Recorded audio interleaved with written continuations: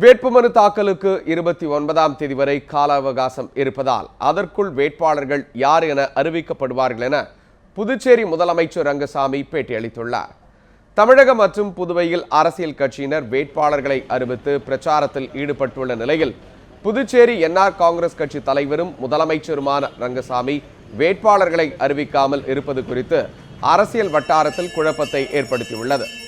இந்நிலையில் சேலத்தில் உள்ள அப்பா பைத்தியசாமி கோவிலுக்கு வந்த ரங்கசாமி சாமி தரிசனம் செய்தார்.